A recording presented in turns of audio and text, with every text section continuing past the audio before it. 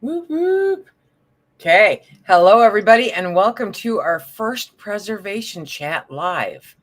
We have Darcy from the Purposeful Pantry, Anna from Fermented Homestead, and if you don't know me, my name is Leisa, and I'm from Suttons Daze. Hello, hello. Hello, everybody. Say hi, Darcy. Say hi, Darcy. Hi. Sorry. I'm still, it's like trying to mute all the things. No, Hi. that's why that whole lead-in was there, so that you had time to mute it beforehand. Yeah, but they weren't showing up to be able to mute. So Oh, Yeah, gotcha. mine Okay. was delayed too. Hello, hello. Yeah, so the chat is delayed from what our conversation is by, I want to say about 30 seconds or so, just enough to be irritating.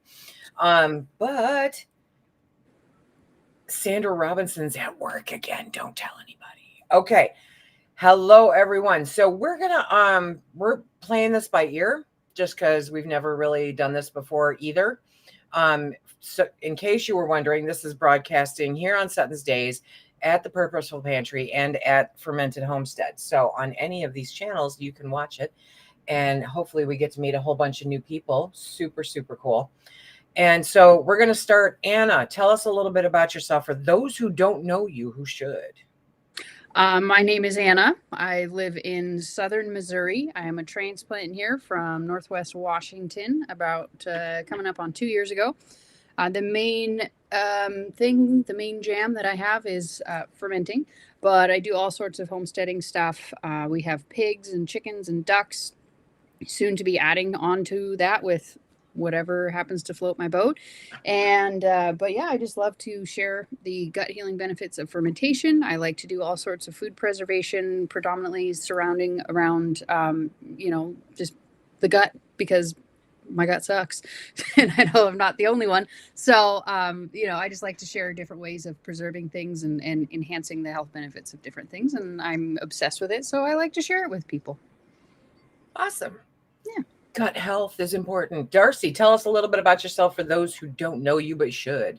I'm Darcy. I am a food preservationist specializing in dehydrating. I live in Texas, and I'm a nerd. And that's it. My gut sucks too, but I don't have fermenting that I can fall back on because I don't like fermented things. Because Okay. they're all sour, and I don't like it Yeah. anymore. I told Anna about this the other day. When I was pregnant, and all my whole life, I loved sour everything. And then I got pregnant and had a kid, and he took it all away from me because pretty much from that point on, I don't eat sour things anymore because I can't stand them. And he loves everything, everything fermented, sour, everything. So I blame him. He took it from you. He took it from me. That's it. Kids.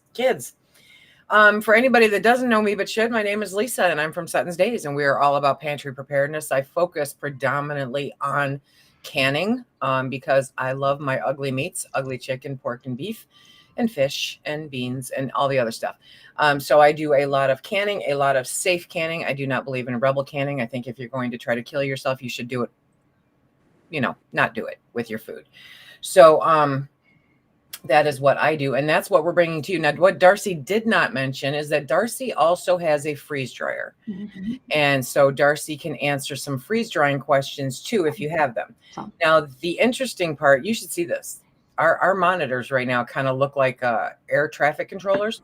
So because it's got all three chats up and moving and doing all the stuff. So if you have a question, we do ask that you be patient with us, that you put it in all caps, because otherwise we are not going to see it. Okay. And we will try to answer all of your questions. Ugly chicken is the best chicken in the world. You know it, Carla. You know it. One of the questions that I came into, because they left the question before the chat actually started, was Mary Martin asking, she started kombucha but forgot about it for literally months. There's no mold. Is it still good?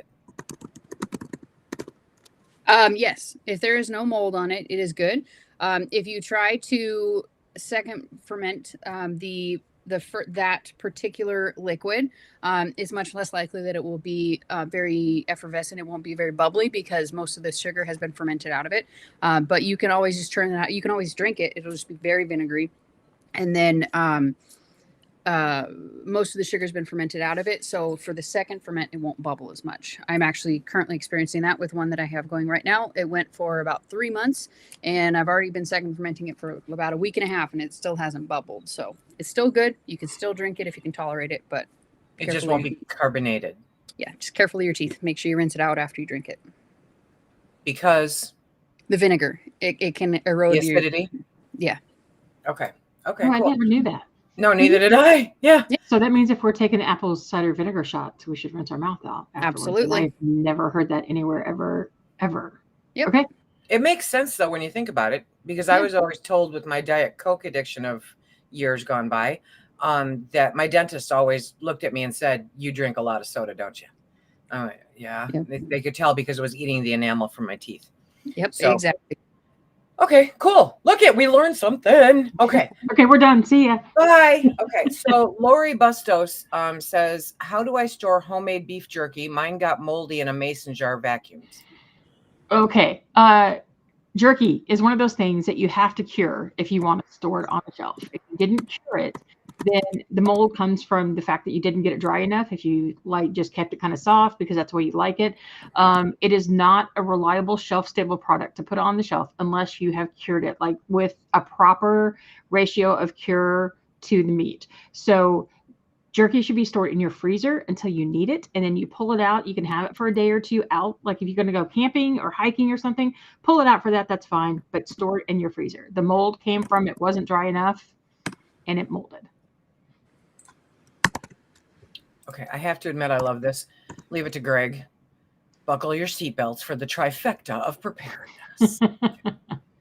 Leisa, I have one for you that I don't think you're going to see. Okay. And I don't know how to make this see. So I'm going to ask you, okay? Cindy Jackson is asking, how are you liking the canner from 4 Jars? I want to invest in a canner, but want to hear your opinion. I love it. I absolutely love it. They did have an issue that they discovered that even I didn't discover. One of my viewers in Canada discovered. Because they tested it.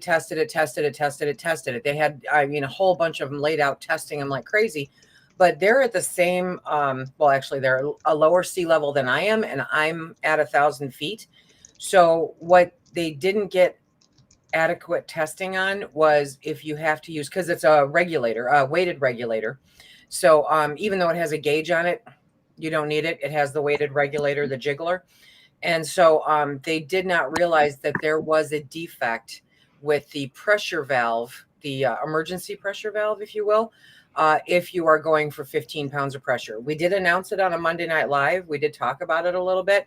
So what they are doing is if you have one of their canners and you can at 15 pounds of pressure with a weighted regulator, then you need to get a hold of them and they will send you a replacement part. And it's super easy to change. Even I did it. And then it works absolutely fantastic. I tested it also with the replacement part on it. I took it up to 15 pounds of pressure. And, we kind of went round and back and forth with it. So it's, I love it. I absolutely love it. They're addressing a few issues. One of them was that, and then one of them was the racks. It's the first pressure canner ever that comes with 2 racks, because if you're going to double stack, this is comparable to a 23 quart Presto. If you're going to double stack, you need that extra rack, one on the bottom and one between the jars. And so they actually sent you 2, but somebody who was doing the cutting, they made that puppy tight. It is tight as heck. So they are also going to be replacing those. So if you have any issues that you currently own a 4 Jars canner, contact them. They're working on rectifying that issue ASAP. Until then, they're not available on the website. They will announce when they're available again. But otherwise, yeah, I am digging this canner. I put all of my other canners away. I have an obscene amount, but this is the canner that I have been using all through January. Yesterday's beans, and it doesn't leave the top of my canning stove. I love it.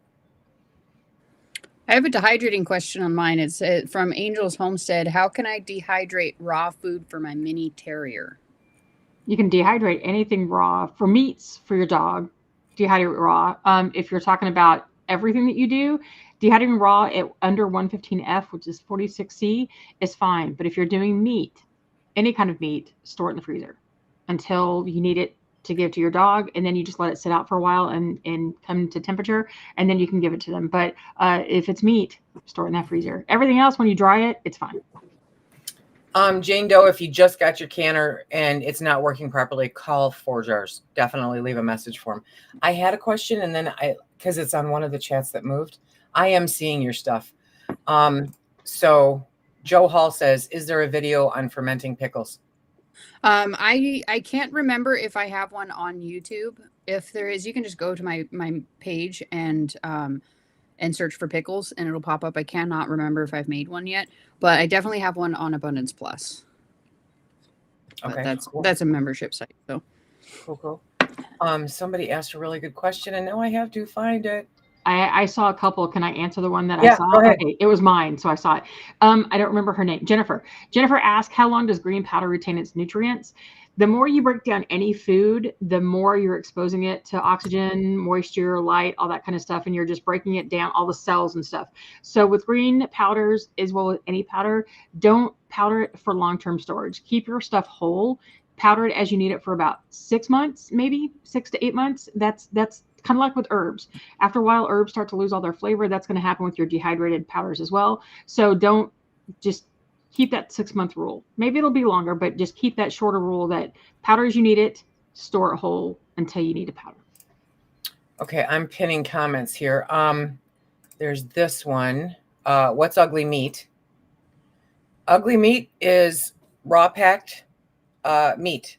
That's just, it's a phrase that I coined when people went, oh, I can't can it because it looks ugly in the jar. Okay, so it's ugly meat. That tastes absolutely amazing. A fermenting question. If fermenting boiled eggs in a quart jar, how long to ferment? But I'd say like a week is probably the longest you'd want to go on that one. Just make sure that you add a starter culture to it. And I usually like to add a little bit of sugar to give the bacteria some fuel to kind of populate, because the eggs themselves don't have a tremendous amount of carbohydrates to them. So I'd say a week at most, and then pop it in the fridge. It's not shelf stable. So is it like, it's not like pickled eggs though, right? It's very similar, but you're creating the pickling brine through the fermentation. Interesting. Darcy, do you have to vacuum seal your dehydrated corn? You don't have to vacuum seal anything. If you want to vacuum seal, you're perfectly, just go vacuum seal it. It's fine. If you're drying it, conditioning it properly, storing it in the right size jar so that you don't have, I went to go pull a couple just to have that. So if you have, where did I put my celery? I did not put it down where I thought I could see it. Oh no. Okay. So let's pretend like you have this giant jar of food, but you only have this much food in it. All of this is air, it's atmosphere. So so what you want to do is store your food in a jar that's the right size for what's in it. So as long as you've properly conditioned it, dried it fully, conditioned it, and then stored it, you don't need to vacuum seal, but you certainly can. That's fine. So anything that you do, except anything that's wet or like meat that you're not sure of, don't vacuum seal that. Okay. My son has Crohn's, and I try to buy fermented stuff for him, and now I can make it watching your channel. Fantastic. Yeah, and I showed you. People think you're awesome, so that's good. Thank you. Is there a video on fermenting pickles? No, I looked. I don't have one. Okay. Do you think that there will be less expensive freeze dryers on the market in the future, because they are really expensive? Yeah, there will be. Just like with dehydrators, when they first came out, you either got like this really cheap piece of crap Ronco thing that was only one temperature and it didn't do much, and then there was Excalibur, and Nesco was kind of like that middle of the ground. Well, freeze dryers are not something that can just kind of make middle of the ground. So now that Harvest Right is getting some competition, that will help in the future. They will start to come down when more people are buying them, just like with electric cars now. The more people get into it and start buying them, the prices will start coming down when the technology catches up as well. But I don't see it happening anytime soon that you're ever going to get a freeze dryer under $1,000. That's my prediction. 1,000 I could deal with. 5 I have an issue with. Well, yeah. I mean, you can get one for less than 3. It's not like you want to do small little batches. Well, yeah, but some people, that's all they want. They just want small. If you want the big extra large, if you're going to do it, go big. Go big. Well, not everybody needs 14 extra large freeze dryers in their house unless they're a business. But eventually the prices will come down. But remember that They give away these things a lot. So keep an eye out on YouTube channels because I see them there a lot with collaborations. Like I'm doing one right now where they're giving away a half price freeze dryer with the freeze dried February. Then Harvest Right does a lot of giveaways, and they have a layaway program. So there are options, but yeah, I know they're expensive. They're really expensive. Darcy, how do you rehydrate corn so it's not chewy? It's never going to be like it was fresh. Okay. So just know that dehydrated foods are never going to be exactly like they were fresh, but you need to rehydrate them in a simmer of some kind of hot liquid, or in a long simmer soup. And it needs time to rehydrate. Plus it needs time to cook because when you put it in, you only blanched it. And if you didn't even blanch it, then that's going to be a little harder to do. So just let it go and let it keep going. Not everything is going to be perfect though. And it may be a thing that you may not like that texture. Somebody else is fine with it. So just keep playing with it. Okay. This one, true or false? Can you ferment with oil? Not safely. It's kind of like doing the garlic and oil. You kind of run the risk of botulism at that point. If it has not, if you no, it won't properly ferment. It won't really be safe. Okay. Darcy, how can I dehydrate raw food for my mini terrier? We answered that one earlier. I think you can dehydrate anything if you want to keep it raw under 115F, and that keeps it raw in the raw state. If you're talking about meat, I still wouldn't do meat at 115. I would do meat at 145 to 165 and just leave it that way, just because you're handling that food too. But if you're doing just plain raw food, like all the vegetables and stuff that you're trying to create raw mixes that way, under 115F, 46C keeps it raw. And if you're doing meats, put them in the freezer. Okay.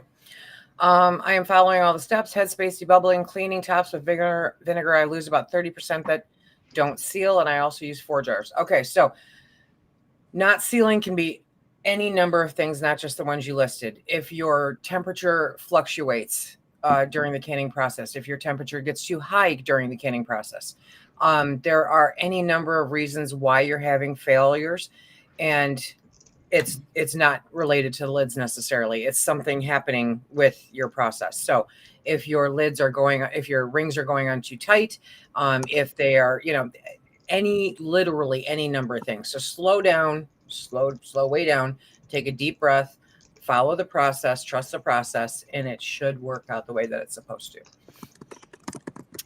Okay, so can you use diced tomatoes in place of chopped in canning recipes? Yes. That was easy. Does new sourdough need to be at a certain temp to become active? Does new sourdough?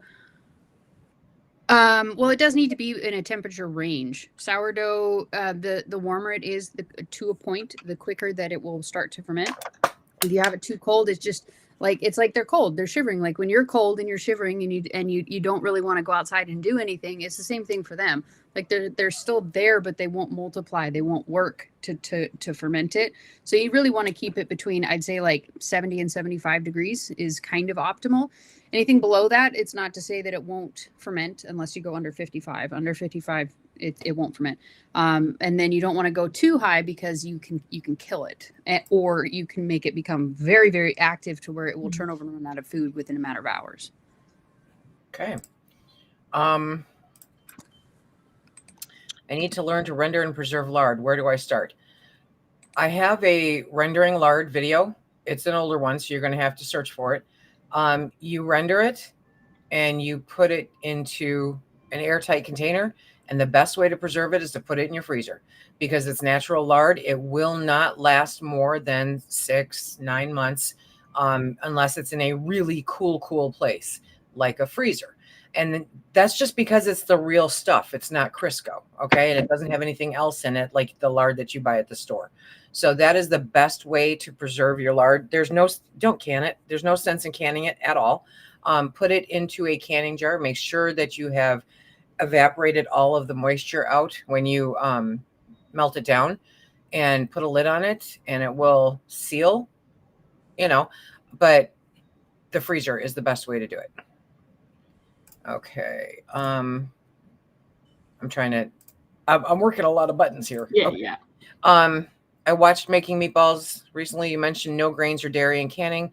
I make meatballs with ground up pork rinds. No. I mean, it would just make meat. Just meat. Meat. What's your favorite preservation meal? Dehydrated or pressure canned? Is that for everybody? Sure. Okay. I think if you're going straight to a meal, canned is going to be better texture-wise for things. But if you're talking about having quick meals that you can take on the road with you for reasons, then dehydrated. I like pressure canned. I thought it was like a specific meal. If that's the question. What's your favorite Okay. preservation Okay. meal? Then I would say my buttered chicken that I made recently is my favorite. It's really good. I'm real easy. If it comes out of a jar, I'm happy. Yeah, there's that. I've kept my kombucha hotel going for over a year now without making any. And yes, I have a dozen SCOBY now and continue to give them away. Just pour out some and add tea sugar mixture. Okay, Yep. that wasn't a question. My apologies. But how come you're not using it? I'm curious why you're She not likes using making it, but she doesn't like to drink it. I don't know. Okay. Yeah. Am I still, that's the same. Oh no, I started kombucha 3 weeks ago. It is still tasting sweet. I just took the temp and it's 66. What way is best to warm it up a bit? My house is kept around 70. It's a new SCOBY. Thanks. When I move to a place, I literally just grab a kitchen thermometer and I walk around my house. I stick it up above the fridge. I stick it over here, all these different places to find where's the cooler places, where are the warmer places. Generally on top of a fridge is going to be warmer. On top of the dishwasher, next to the coffee pot. If like for me, I habitually drink coffee from the moment I wake up until the moment I go to bed. So my coffee pot is on all day long. So kind of setting it next to the coffee pot. You really want to make sure that you're getting it above 70 degrees. And kombucha is one that really thrives in a warmer environment. So even if you can get it up to like 75, that would be even more ideal. Don't go over like 80 unless you can avoid it. It won't die. It'll just ferment really quickly. So you'll have a hard time turning it over, but definitely just grab a thermometer, walk around your house until you find a place that's warmer. It's usually on top of a fridge, dishwasher, coffee pot, just anywhere that has a warm area that is not in direct sunlight. That will kill it. Awesome. Darcy, I dehydrated Peeps and let me just say thanks. You're welcome. Okay. But don't let your dentist know that you're doing that. No. Yeah. That actually say can be a Darcy. bad thing. Darcy That made is me do it. Darcy made me do it. Well, actually, my husband lost a cap because of it. So it's like, if you've got dental work, do not do the Peeps. Okay. Darcy, how long will freeze-dried meat cooked and rinsed and cheese last? For home freeze-dried foods. Now, granted, I'm just into freeze-drying, so I'm not an expert on that yet. So I'm not going to go around saying I know everything. I'm thinking that I remember it saying about 10 years because it's not the same as getting it commercially done. But 10 to 15 years is a safe, easy option for the storage time. You may get longer. Results may vary. Can you save your SCOBY if you forget to feed it for about a month and a half? Oh, absolutely. I normally let mine go a month and a half. Best potatoes to rehydrate. The potatoes that you dehydrated, because all potatoes will dehydrate just fine. So it depends on what you're wanting to use it for later. So like with canning, we typically recommend golden potatoes or red potatoes because they're less starchy. Right. For dehydrating, it doesn't matter. Okay. But if you want mashed potatoes, it's not necessarily about the type of potato, but now that word just left me, regular potatoes, russet potatoes work really well for mash, but you want to do mashed potatoes and dehydrate the mashed potatoes, not dehydrate some other kind of potato and then grind it thinking that you're going to get mashed. So if you're going to mash, then make your mash out of what you like the most, dry it, and keep your mash that way. Otherwise, the potatoes just rehydrate all the same. Depends on how thick you cut them too, because I see somebody else asked about doing fry shape potatoes, and then always the inside is still kind of hard. If you cut them too thick, it's going to take longer. So cut them a little thinner. Okay. Okay, what are your thoughts on digital canners? I think for the money that you're paying, you can get a good quality regular canner and not have to replace it in a couple of years when the electronics fail. There's no way to test them. There is no security in knowing that the readings that you're getting are accurate. They're still finding faults with them. The longevity is huge in question. I would rather set the money on fire. I'm a little opinionated. Anyway, how do you store grains since you don't like oven canning? It's not that I don't like oven canning. It's that the jars are not made for dry heat. Okay. When I don't like something, you know about it. But there's also, oh, sorry, Lisa, I'm sorry. I thought you were pausing. Sorry. Nope.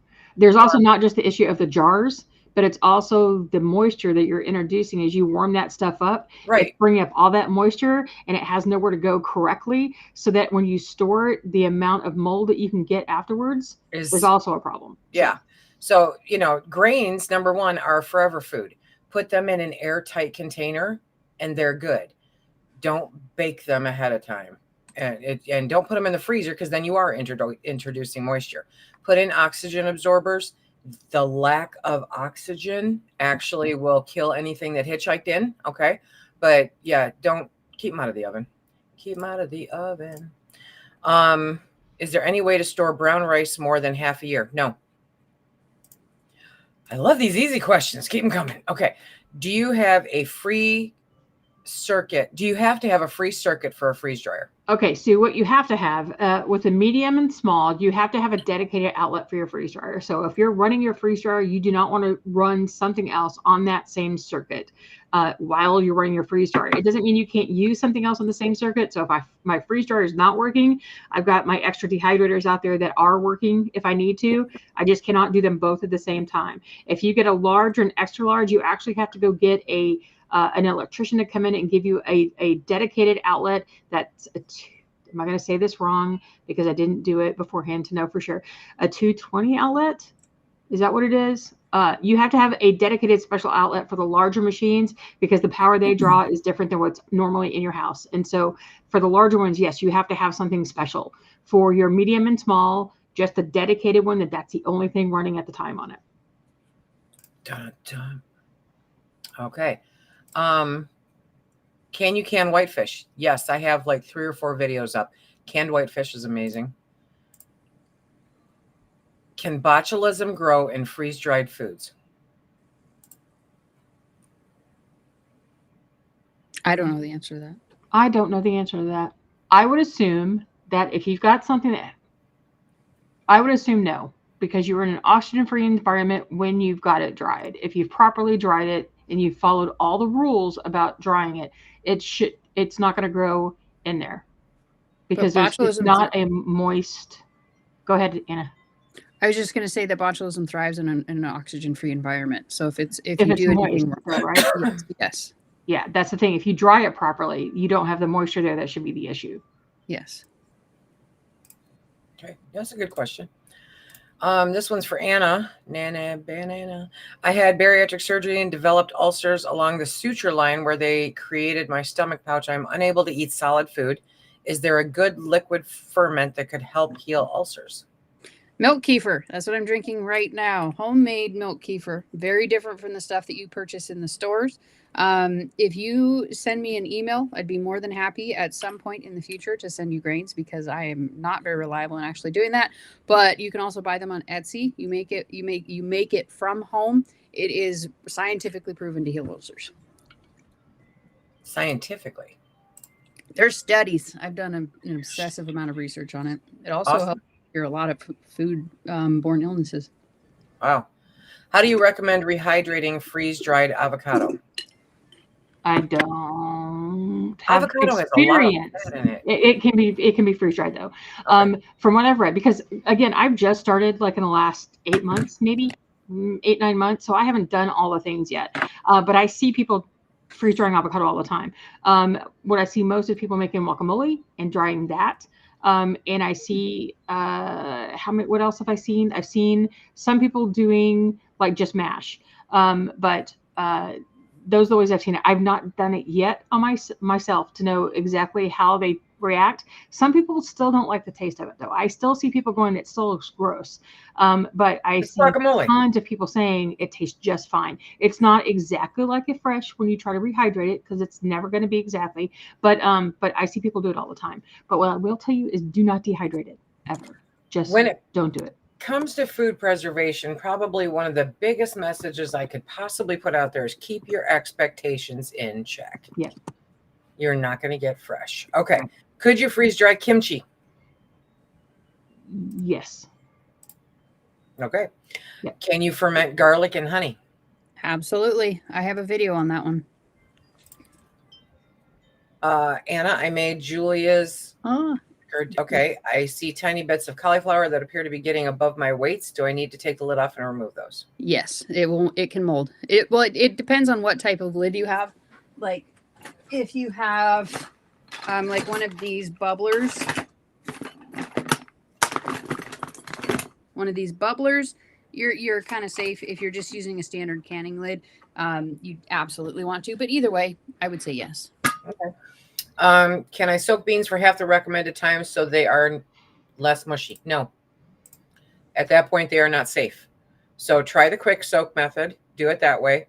They don't get mushy. I've tried it both ways, and it gets less mushy when you properly soak it. Exactly. Right. I've tried both. Yeah. So just can them the right way. Darcy, can you get cross-contamination in the freeze dryer from tray to tray? Well, I can't tell you for sure because that part I don't know. I don't see how it would be any different than putting a tray of raw meat in the oven and a tray of vegetables in the oven at the same time cooking them. You're not touching them between them. I still personally would not do raw meat and vegetables in the dehydrator or freeze dryer because that's me. But I don't see how it would be a problem. So, and by cross-contamination, I guess I'm curious just to take that another step. If you're going to put something that you don't want to smell like bell peppers in the same machine as bell peppers, you're going to have an issue. So if they're frozen, I don't know that you're during the going to have the same freeze-drying process, during the dehydrating process, you will. But when they're frozen, if you dehydrate them, maybe. Yeah. Not always, but that's the recommendation is not to put strong aromatics in with other foods because the possibility of the smell crossing can happen, but it doesn't necessarily. So it's kind of like one of those things where do it if you want, don't do it if you want. And if you get some, then, does it always matter? Because if you have onion flavored potatoes, is that really a bad thing? But for the freeze drying part, I don't see how that would be an issue. But again, you guys are asking me questions I haven't run into yet. So I don't see how it would be a thing, but I've also not run into that. So. Okay. I just started a batch of kimchi this morning, but I also have a batch of sauerkraut going. Will they interfere with each other? Not very likely. They're fermented with the same sorts of bacteria. So bacterially and culturally speaking, no. But again, you might come across the same as with the previous question, where you could get a little bit of the flavor of the kimchi in the sauerkraut. It wouldn't matter in the opposite direction. But if you like both of them, it's probably. I mean, if you're making both of them at the same time, you must like them. So if it gets a little bit of the flavor in there, it wouldn't really matter. But they, culturally speaking, they are the same. Okay, that's cool. I'm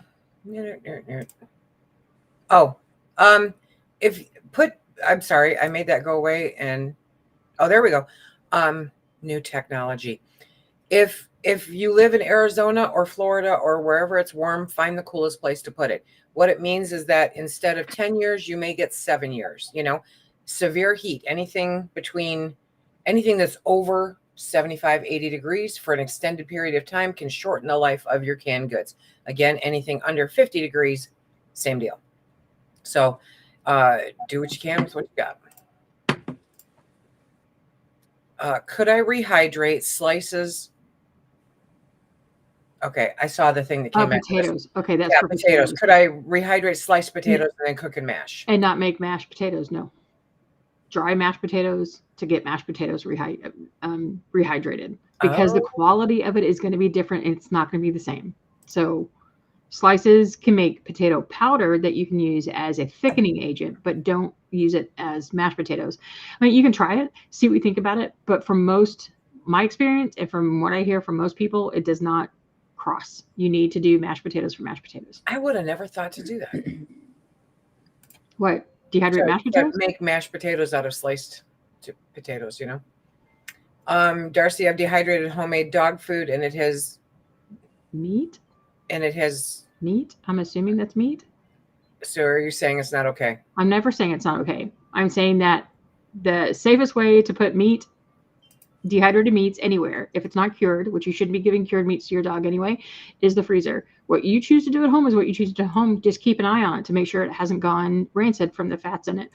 It's just the optimal way to store it to make sure that it doesn't mold or turn rancid. Okay. And yes, the dehydrated greens, yes, any dark leafy green, any leafy green can be made into green powder that you can then put into your broth. But remember, dehydrated foods are the fiber left over when you dry it. So it takes out the water content and you're left with fiber. When you powder it and you're going to put it in water, it doesn't necessarily dissolve like a drink mix. So you're going to have some sediment. And as that sediment releases all of its nutrients and flavors and colors and everything that natural vegetables have, it will change that broth and it will become like broth. And when you mix it with other things, it's fine. But if you're trying to drink the broth, like if you're just going to make some vegetable broth to drink, you need to season it because it's going to taste crappy if you don't. And you're going to have some sediment at the bottom that is just the fiber left over. You want to drink it because that's what you're doing it for, but know it's going to be there. Okay. Does it matter what flour you use when you make sourdough?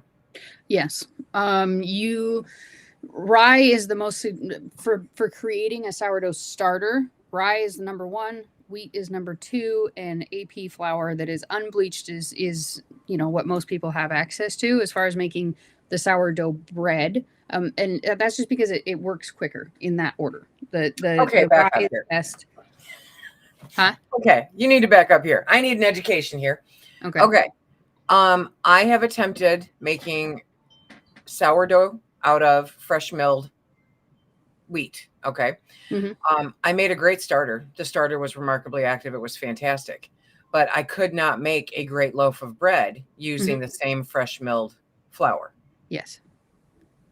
If you strain it, like if you like run it through like a colander or something like that, because it has so much more much mass to it that's not like gluten and is not flour because it's got the shells to it, it's got all the extra stuff to it. So if you sift a lot of that out, you can use it. But generally speaking, it's going to be a much denser bread if you use just it's like a bread. wheat. Yeah. So if you cut that with like some AP flour or some bread flour or something, so no matter what, I would have to use some kind of AP flour to get the best kind of sourdough. In general, yes, but you can also sift it out because it's got the brand to it. I think that's the term. So it has so much more mass to it, but it doesn't necessarily have the bread quality part to it. Like it's not just flour. It's not just like the glutinous part of it. Like it's got all that extra stuff. So it's going to be denser. So just cut it with some other stuff or sift it. Okay, now I'm going to try sifting it. Now I got to take up counter space again. Okay. Yeah, because I was thinking because back in the days before AP flour was a thing that you could just buy because it was all just milled flour that you just got. So they would have sifted it before they started making sourdough back then. Yeah, I would imagine. Okay, because that was my whole thing because I'm all about pantry preparedness. Okay. Yeah. Is that I don't want to have to buy the AP flour, or if I can't get the AP flour, I still want to be able to make bread. And I can make bread. I just had a lot of trouble making sourdough bread because I got bricks. Mm-hmm. So if I mill it, sift it, I don't know, that's some fine flour. I don't know. I'll give it a shot. Okay. So I learned something. Great question. Thanks for asking. If I buy a used canner, where can I get it tested? In your kitchen. If you have a university extension that tests canners, and not many do, then you can do that. Otherwise, I would stick to replacing the gauge. So that way you're starting off with a good gauge, or if it's a Presto, getting the weighted regulator so that you don't have to rely on the gauge. That would be my advice, being the queen of used canners. Okay. Are the fermentation bubblers better for not getting mold other than fermentation lids? Yeah. I got my whole thing here. These ones, in my experience, these style are definitely the best. Like it'll come with, a lid with a little hole in it. You just stick it through, you fill it up like halfway full of water. There's usually a second cup inside of here. I find that one, making sure that there is a seal inside there, is the best one. These ones from Ball, these are also pretty good. It works on the same principle, just, it only can create enough pressure to open it going out, but not going in. Sorry, I know that's loud. But these ones from Mason Tops, these are also pretty good. I would say they're like middle of the road. I do have some struggle with them, but they're really very beginner friendly. But yeah, I would say the actual bubblers that have the physical barrier of liquid water tend to be the best, as long as you can check on them like, every 5 days or so to make sure the water hasn't evaporated. I would say these ones they're the cheapest, the most readily available, and the best, in my opinion. Okay. I'm going to answer 2 questions super duper quick. AP flour is all-purpose flour. And Sandra Robinson, Michigan State used to have a program. Michigan State now doesn't do anything. They are getting my tax dollars for nothing. Okay. Does home rendered tallow have to be stored in the freezer as well as lard? I've never done tallow. It's just I raise pigs, not beef. So I would assume so. I've done both, and yes. Yeah. Okay. Cool. It's not a requirement. It's just it's such a much shorter life. It's so short because it can go rancid. I mean, it's fat, and it's pure fat, and so it will go rancid. Yeah. How long could you store canned food? I've heard 1 to 2 years. Okay. So the fact of the matter is, if you can it properly and you store it between 50 and 75 degrees, it can literally last on the shelf for 10 plus years. That is not its intent. The longer it sits on the shelf after 2 years, it starts to slowly degrade in nutrients. Slowly. Okay. So put it up, rotate through it. Best thing you can do. Same goes for dehydrated. Good.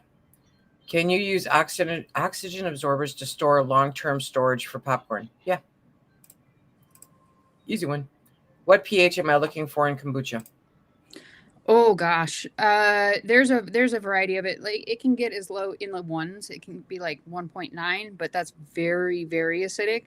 I would say, the sweet spot is like low 3s, like 3.1 or 2, and like down to like 2.75.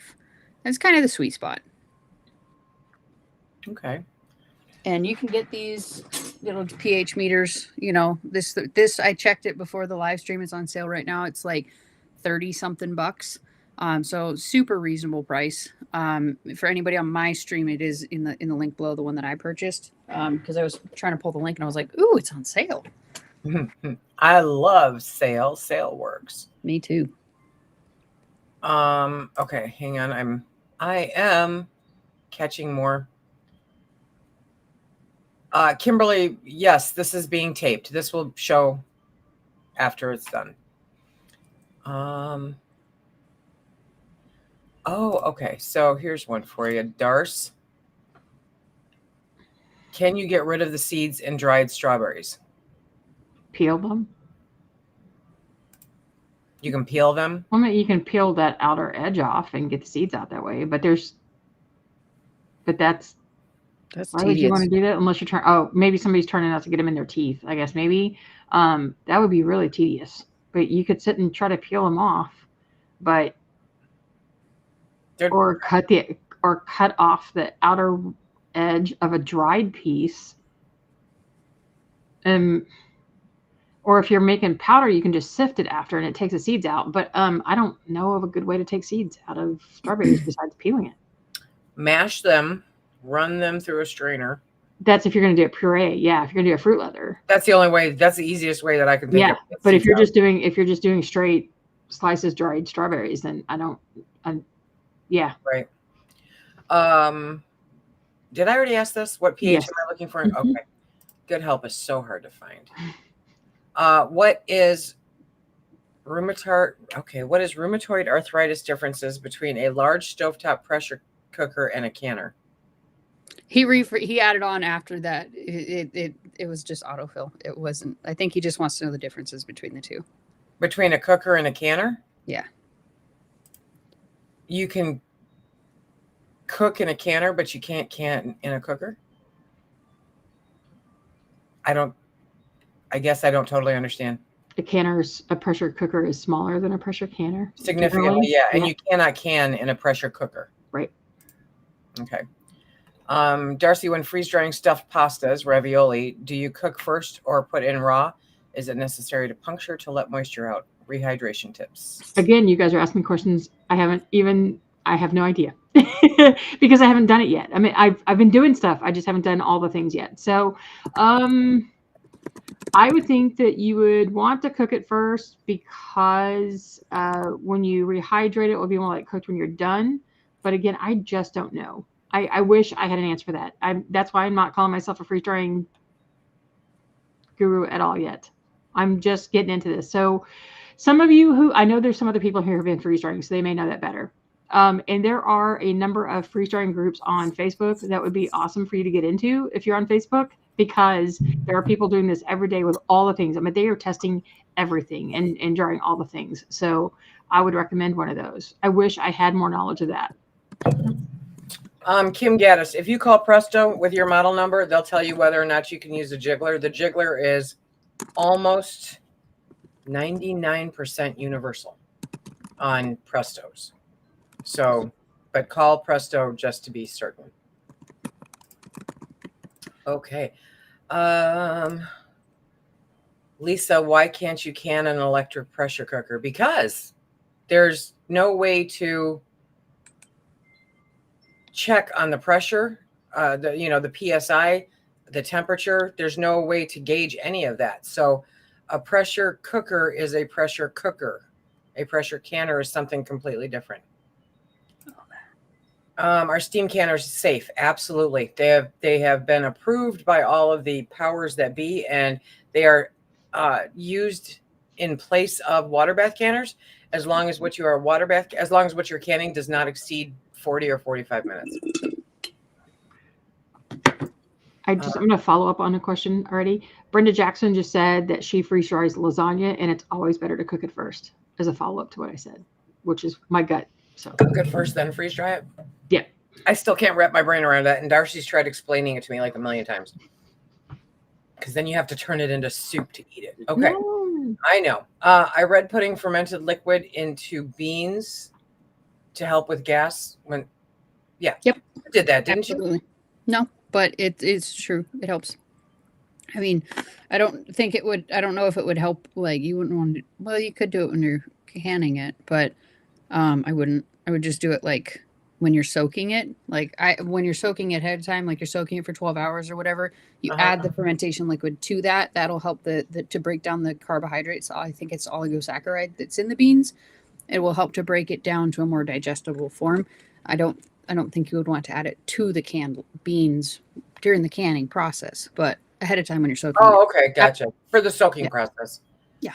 Have you ever okay, where did that go? Have you ever pressure canned on a glass top stove? No. Yes. I have. I do. They have. All the time. You have to call your manufacturer, your stove manufacturer, to see if they approve of you. If they think it's a good idea. Some stoves work with it great, and some stoves are like, oh, heck no, don't do it. Okay, right. Cave it in. So you have to call the manufacturer. Yeah. And that's the issues are that the glass is older glass is not stable enough to hold the weight of some of those things, so it can easily crack, and the heat that gets trapped up under there. You also have to have a canner that has an absolutely solid base. You cannot use the water bath canners that have little ridges on them, right. Because those trap heat in there. And even though those stovetop stoves have a cyclical way of heating, it's still okay as long as your pressure is staying the same. If you have one that the cycle is so slow that it changes your pressure, then you can't can on that stove. Right. But the biggest thing is you don't want to cave in the top of your stove. Yeah. So call your stove manufacturer to see if they think that it's okay. Do you have to freeze oatmeal before you store it? And do you need oxygen absorbers? I do not recommend freezing just about anything. Okay. Mm-hmm. If you use oxygen absorbers, you remove the need to put it in the freezer. If you put it in the freezer, you add the concern of adding moisture to it, because there's no way that you're going to put it in the freezer and not have moisture. I add oxygen absorbers to pretty much everything that I put into Mylar for long-term storage. If you're going to be getting it into, If you're going to be getting into it in the next 365, then just put it in an airtight container. That's all you need. I have a freeze dryer and tried raviolis recently. I can tell you putting in raw and puncturing and then rehydrating by putting into simmering water does not work well. Mm-hmm. It does eventually rehydrate. That's good to know. Yeah, because I can't see how that raw stuff would work very well. Here you go. Are freeze dryers worth the money for the average person? All right. Lisa and I will have very differing opinions on this. It depends. We joked a long time ago that it depends on what your age is. If you are up there in years, you don't need 25 years worth of food stored because you're not going to be around 25 years later to store that food. I have every intention of being here, but just but the idea though is that at some point your age, it's like, do you really need to have that there? So it's going to depend on what you do already. If you're a canner and you're happy with things on your shelf that are in things that you've canned at home, the freeze dryer may not be good for you because it's an expense and it does require some maintenance. It does require 24 hours of cycle time. And if you get a smaller one, that means a lot of those times to build up the bulk.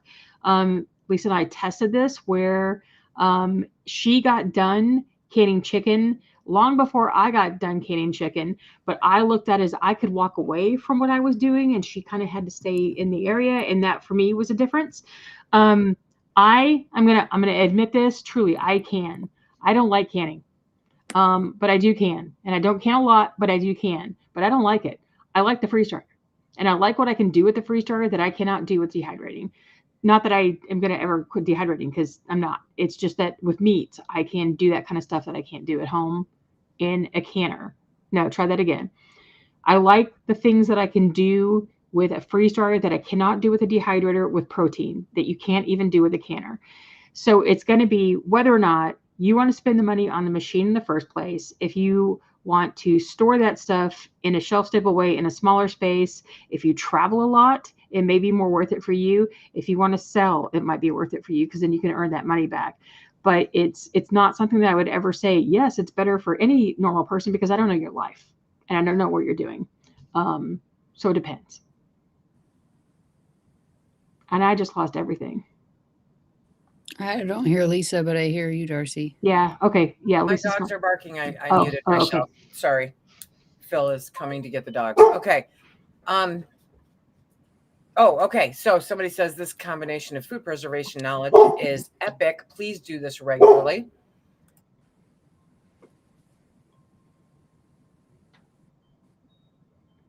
Okay. Lisa, okay. Den asked, when dehydrating, is there a time you must use oxygen absorbers or moisture absorbers? There's not a time that you need or must use either of them. But if you're going to use them, here's the deal. Never put one in a jar if your food is not fully dry. And if your food is fully dry, that means that it's fully dry, that you can crack it, you can break it, that it plinks when you drop something that's like a ball kind of vegetable or fruit, that you snap any kind of slices. Oxygen absorbers can help, but if you put it in there with any kind of moisture, that creates a problem. My rule of thumb is I don't use oxygen absorbers because they're a pain in the butt and I hate using them. Moisture absorbers I use for things that are going into fruit or into fruit powders or onion powder or garlic powder because those things tend to react to moisture a lot more than just vegetables. Or if you're in a humid environment, when you open that jar a lot, you're introducing moisture every time you open that jar. So having a moisture absorber in there to help control that in storage is best. But there is no must that you should have to use either of them. It's whether you want to or not. Moisture absorbers are thought to help stabilize the storage time in dry, starchier vegetables. Don't use them with fruits.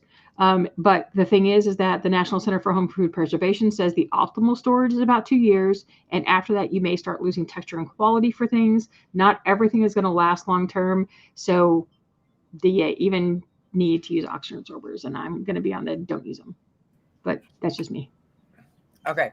The questions, because it is 2:53 Eastern Standard Time, we're going to go with the questions that are in my queue. So, and then probably call it an afternoon, even though this is fun. I just hopped on.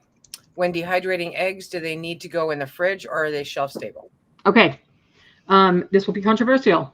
Okay. Don't dehydrate eggs. Darcy is so controversial. I know, and I have opinions.